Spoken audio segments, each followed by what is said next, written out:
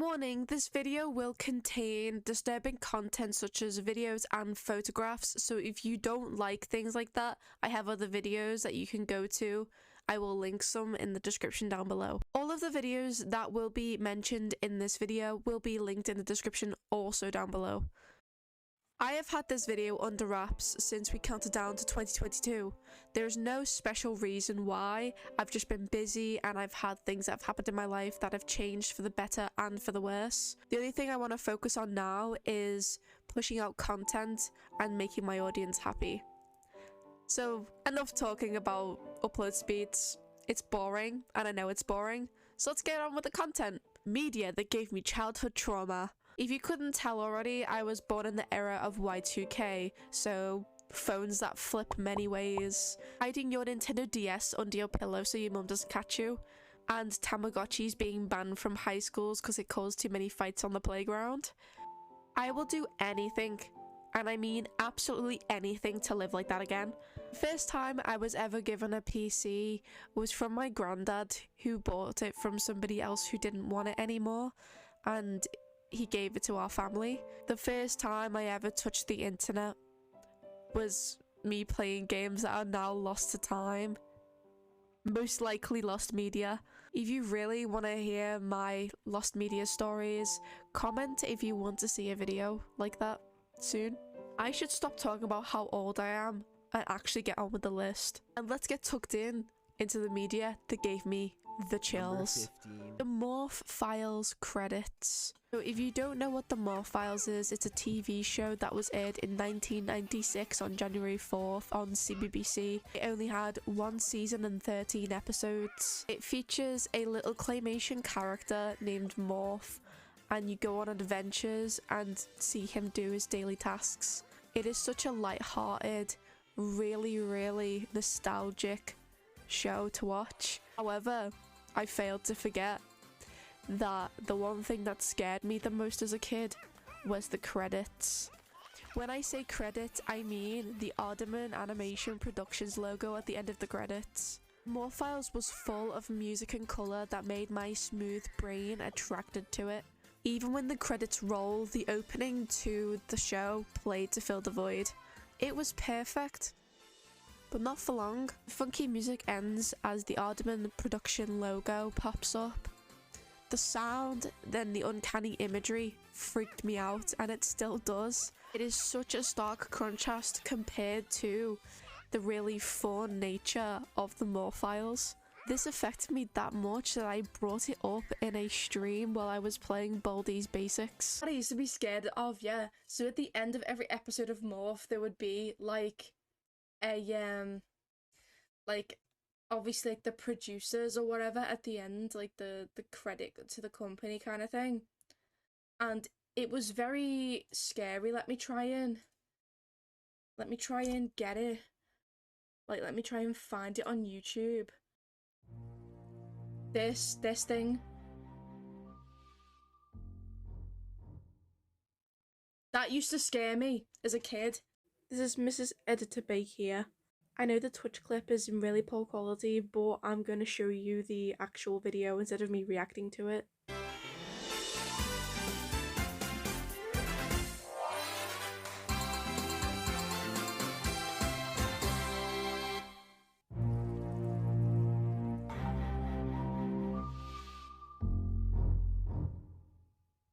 I don't know what the logo is meant to look like. I don't think I will ever find out, but if you know, leave a comment. It will be really helpful.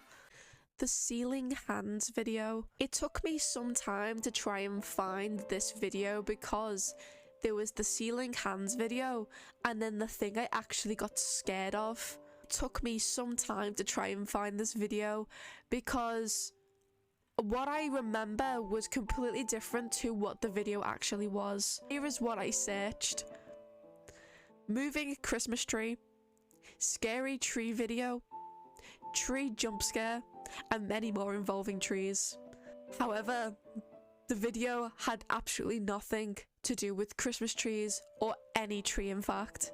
This video was passed around my school, but I never personally got sent it, but I did see it from somebody else's computer who was sitting in front of me in music class. This was the ceiling hands video. And I saw the hands coming out of the ceiling and the walls and trying to grab on the guy in the bed. That's all I saw. I never got to see whatever came after. So when a few years passed, I came across the Christmas tree video. I thought that they were both two different videos. Turns out they are the same video, but at two different times. What I remember from when I last watched this video, there was a man in bed who obviously just got up and woke up in a shock, and there was a Christmas tree at the end of his bed, just standing there ready to be put up for, you know, Christmas. And it started moving closer and closer and closer until it jump scared you. I don't know why I decided to jump scare you, but you know, I apologize. And all I have to say is, the jump scare got to me, and that's why I remember this. However, it's not a Christmas tree. It's actually a bunch of hands. Yeah, a bunch of hands. I will show you a clip of this video.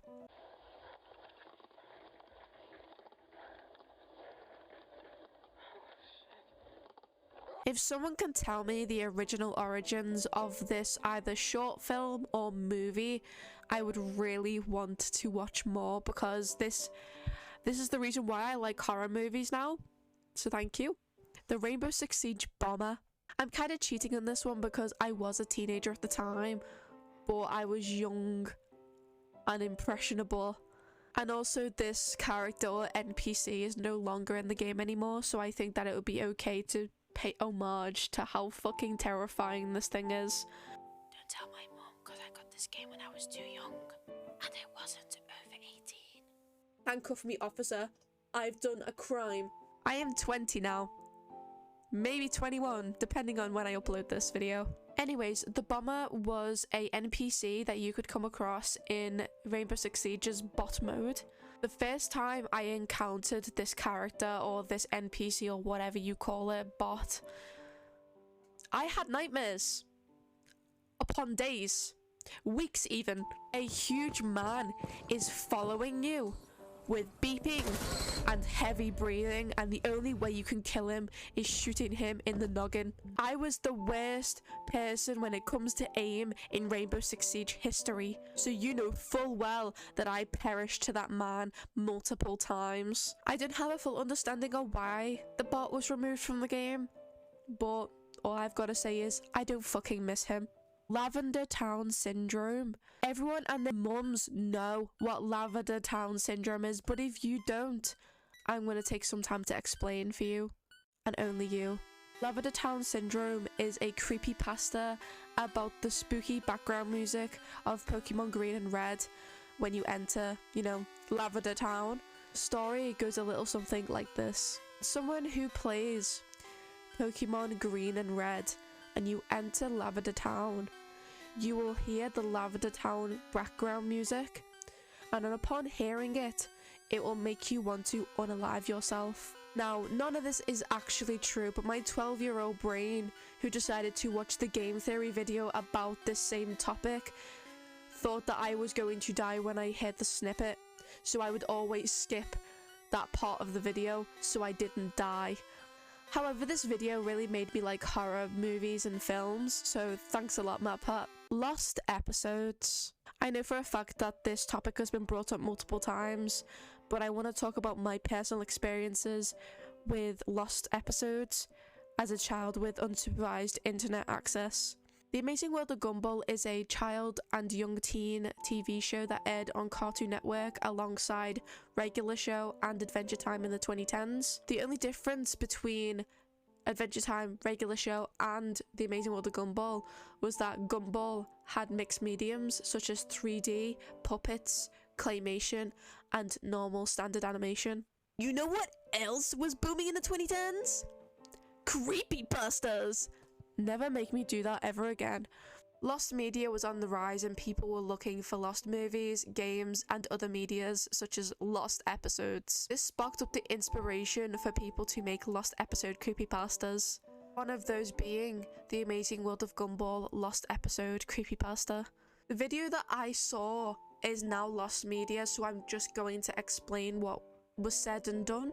This video that I saw did not play any of the lost episode because it simply didn't exist, and at the time no one made any edits to recreate what was said in the creepypasta. However, there were screenshots or freeze frames, I should say, of the lost episode, and they stuck with me a lot. So I just had to make do with a man explaining the creepypasta to me while creepy little images pop up on screen on odd occasions. When I first saw this video for the first time, I thought that this was real because I'm gullible and I had no understanding of where these images that he was putting up on screen came from in the first place.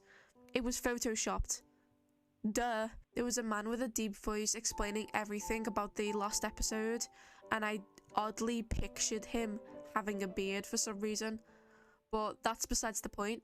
It kind of shows how much imagination I had at the time. The only two things I could recall from the video was the episode was called The Grieving, and there was a lot of swearing from the characters.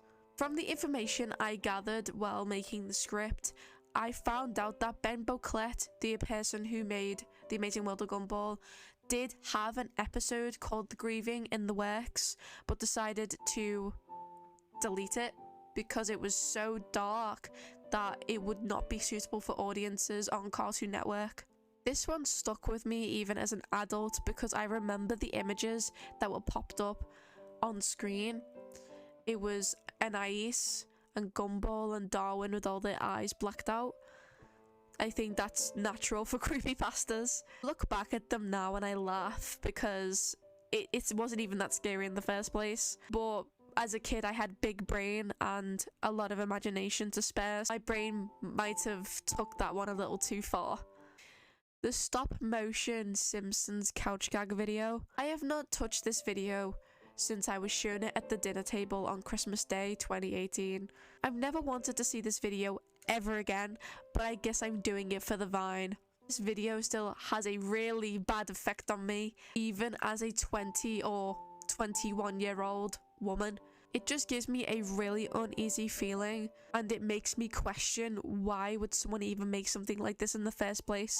I will give them some appreciation though, because it is all done in stop motion animation. You guys must think after the first entry that I have something against stop motion animation. I don't.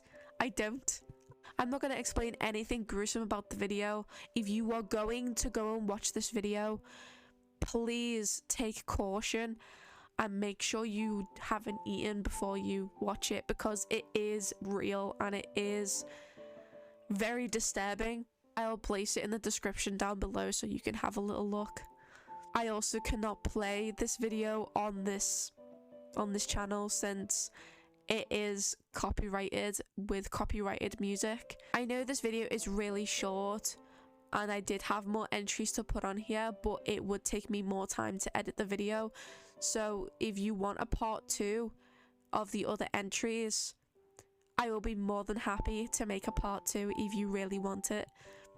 I'm also planning a media that gave me adult trauma video, so if you're really looking forward for that, I can do that one too. Anyways, I want to give a big thank you to every single person who was subscribed in the past month. You've been amazing and it's a really good support. I love you guys a lot. Thank you for watching this video. Leave a like if you wanna, leave a comment if you wanna. If you wanna subscribe. Anyways, I will see you in the next video. See ya!